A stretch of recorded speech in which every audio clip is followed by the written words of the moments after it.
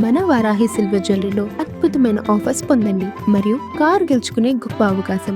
Breaking news చూస్తున్నాం. రాష్ట్ర ప్రభుత్వానికి బీఆర్ఎస్ నేత మాజీ మంత్రి హరీష్ రావు లేఖ రాశారు. సాగునీటి సమస్యలపైన మంత్రి ఉత్తమ్ కుమార్ రెడ్డికి లేఖ రాశారు. అయితే కాళేశ్వరంతో పాటుగా దేవాదుల ప్రాజెక్టు నిర్వహణలో లోపాలను ప్రశ్నించారు మాజీ మంత్రి హరీష్. సో ప్రాజెక్టుల్లోని భారీగా మోటార్లను నిబంధనలకు విరుద్ధంగా పదే పదే ఆన్ చేయడం, ఆఫ్ చేయడం అశాస్త్రీయంగా వ్యవహరిస్తున్నారంటూ ఆయన మండిపడ్డారు. ప్రధానంగా పంపులు, మోటార్లు పాడయ్యేలా కావాలని కుట్ర చేస్తున్నారంటూ కూడా హరీష్ రావు ఆరోపిస్తున్నారు. నెపాన్ని బీఆర్ఎస్ ప్రభుత్వం పైన నెట్టేందుకు ప్రయత్నిస్తున్నారా అంటూ ఆయన ప్రశ్నించారు. అయితే మీ రాజకీయం కోసం ప్రాజెక్టులతో చెలగాటాలొద్దు అంటూ కూడా ఆయన హితవు పలికారు. సో ఓవరాల్గా మాత్రం కాళేశ్వరం ప్రాజెక్టుకి సంబంధించినటువంటి అంశం, సో దానికి సంబంధించి అవినీతి జరిగింది అనేటువంటి అంశం పైన పీసీ ఘోష్ ఇచ్చినటువంటి నివేదిక పైన ఇప్పటికే న్యాయస్థానంలో ఉన్నటువంటి పరిస్థితి, అది కూడా తీర్పు వాయిదా వేసినటువంటి నేపథ్యం. తాజాగా ఈ మొత్తం కాళేశ్వరం అనేటువంటి ఎపిసోడ్తో అటువైపు బీఆర్ఎస్, ఇటువైపు కాంగ్రెస్ పార్టీ మధ్య సో విమర్శ ప్రతి విమర్శలకు ఒక ప్రధానమైనటువంటి వేదికగా మారినటువంటి నేపథ్యంలో సో మాజీ మంత్రి హరీష్ రావు ప్రభుత్వాన్ని, మరి ముఖ్యంగా నీటిపారుదల శాఖ మంత్రిని ప్రశ్నిస్తూ ఒక లేఖ రాయడం జరిగింది. సో ప్రాజెక్టులలో రాజకీయాలు వద్దు అనేటువంటి అంశాలు ఆయన ప్రధానంగా ప్రస్తావించారు. అట్ ద సేమ్ టైం ఏదైతే మోటార్లను ఆన్ చేయడం, ఆఫ్ చేయడం ద్వారా ఒకవేళ అవి చెడిపోతే సో ఆ నెపాన్ని కూడా బీఆర్ఎస్ ప్రభుత్వం పైన నెట్టేందుకు ప్రయత్నిస్తున్నారా అంటూ కూడా ఆయన మండిపడినటువంటి పరిస్థితి కనబడుతుంది. సో మొత్తం మీద ఇదే అంశంపై మరింత సమాచారం మా ప్రతినిధి సత్య అందిస్తారు.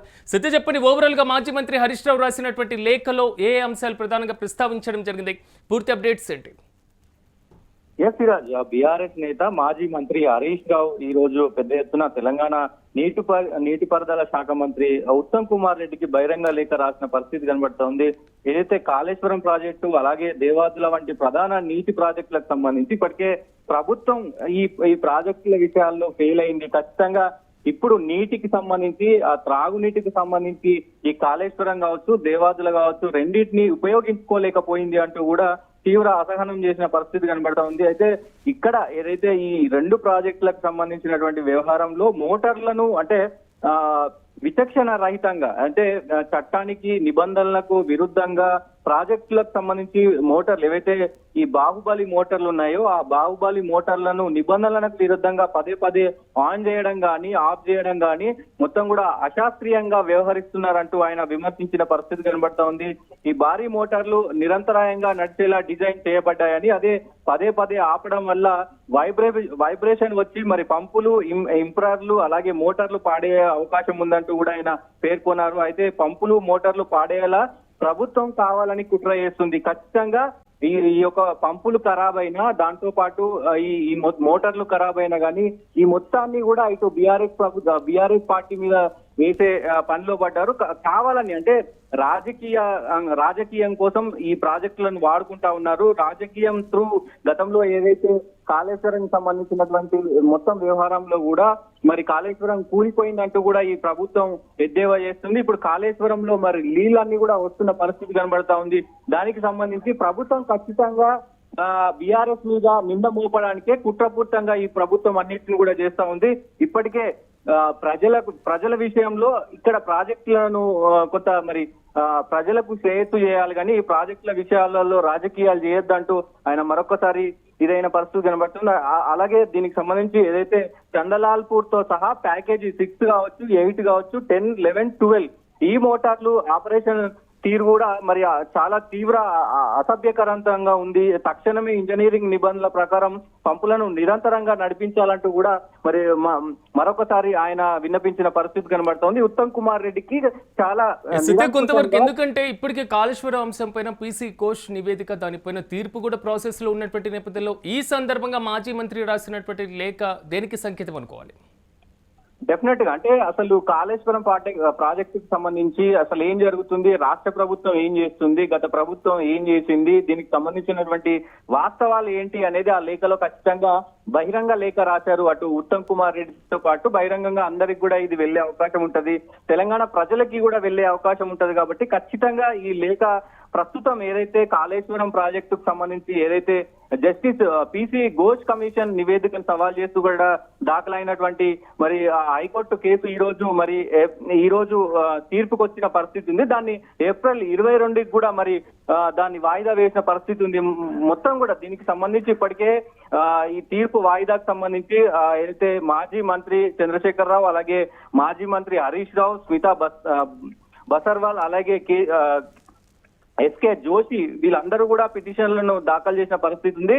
అయితే హైకోర్టు దీనిపైన పెద్ద ఎత్తున తీర్మానం చేసి తీర్పును మరి ఇంకొక 2 వారాల పాటు మరి వాయిదా వేసిన పరిస్థితి అయితే కనబడతా ఉంది.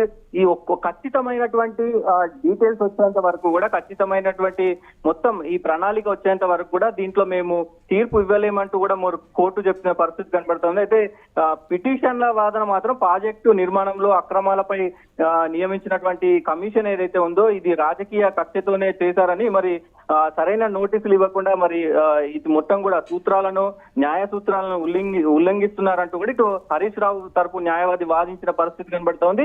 సో ఈ కేసును మళ్ళీ ఏప్రిల్ 22కు మరి తుది తీర్పు ఇస్తానంటూ కూడా హైకోర్టు చెప్పడం, దాంతో పాటు ఈ హరీష్ రావు ఈ లేఖ రాయడం మొత్తం కూడా ప్రస్తుతం కాళేశ్వరం చుట్టూ రాజకీయం నడుస్తుంది అనేది ఖచ్చితంగా కనబడుతుంది సిరాజ్. ఇప్పటికే గతం నుంచి సత్య కొంతవరకు అంటే కాళేశ్వరం కూలేశ్వరం అని కాంగ్రెస్ ప్రభుత్వం వాదన, అట్ ద సేమ్ టైం అక్కడ పూర్తి స్థాయిలో దేనికి యూజ్ లేదు అనేది మాత్రం కాంగ్రెస్ చెప్తున్నటువంటి మాట. కానీ ఆల్రెడీ కట్టినటువంటి డ్యామ్స్ లో అన్నారం కానివ్వండి లేదా మేడిగడ్డకు సంబంధించినటువంటి అంశాలు, సో కాళేశ్వరం ప్రాజెక్టు కేవలం కాళేశ్వరానికే పరిమితం అవ్వలేదు, ఆ సముదాయం మొత్తాన్ని ప్రభుత్వం యూజ్ చేసుకుంటూనే ఇంకా కూలేశ్వరం ఎలా అంటుంది అనేది మాత్రం బీఆర్ఎస్ నేతలు అంటున్నటువంటి వాదన. అయితే తాజాగా ఈ స్విచ్లను ఆన్ చేయడం ఆఫ్ చేయడం, సో ఈ ప్రక్రియకి సంబంధించి హరీష్ రావు గతంలో స్పందించారు, ఇప్పుడు కూడా స్పందిస్తున్నారు. దీని మీద అసలు ప్రభుత్వం వర్షన్ ఏంటి?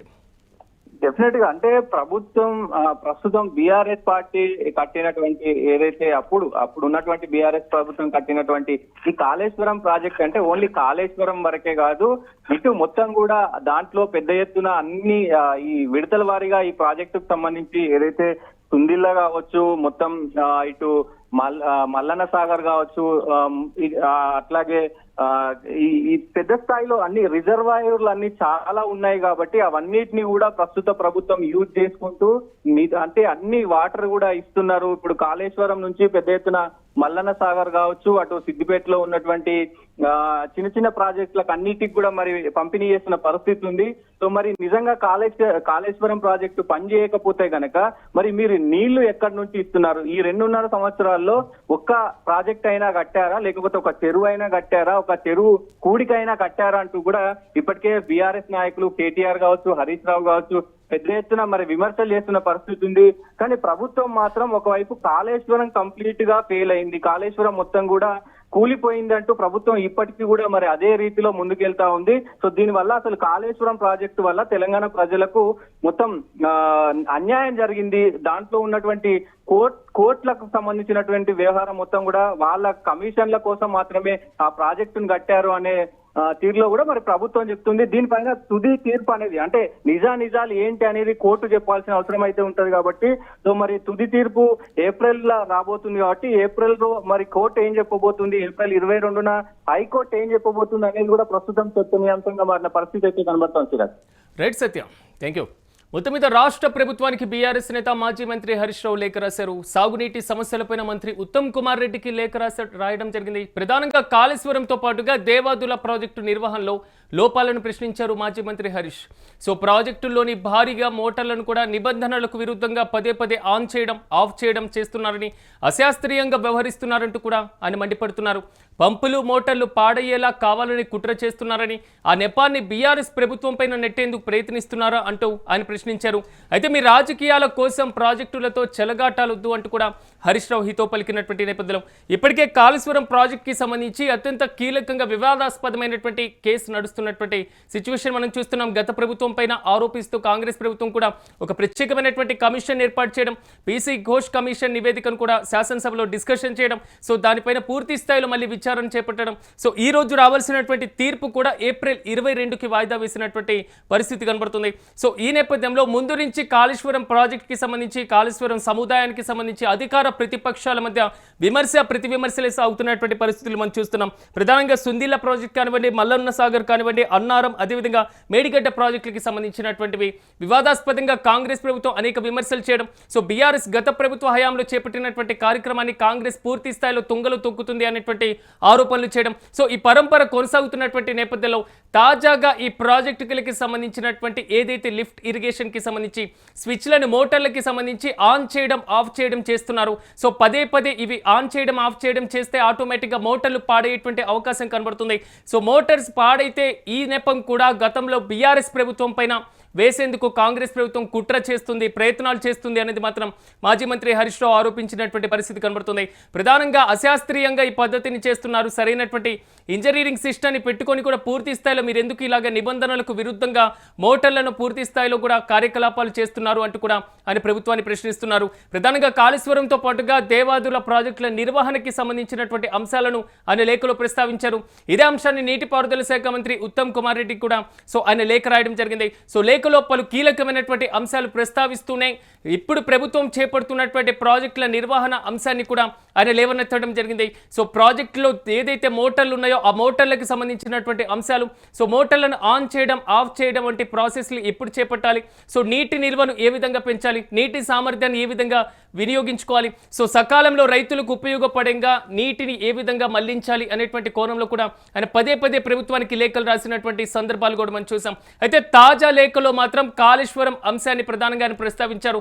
మరోవైపు పీసీ ఘోష్ నివేదిక పైన తీర్పు వాయిదా పడింది. ఓవరాల్ గా మాత్రం తెలంగాణ రాజకీయాల్లో కాళేశ్వరం అంశం, ఆ కాళేశ్వరం సముదాయం అంశం, ఈ మోటార్లకి సంబంధించినటువంటి అంశం మాత్రం రాజకీయ ప్రకంపనల మధ్య అటువైపు కాంగ్రెస్, ఇటువైపు బీఆర్ఎస్ మధ్య విమర్శ ప్రతి విమర్శలకు ఒక ప్రధానమైన వేదికగా మారుతుంది.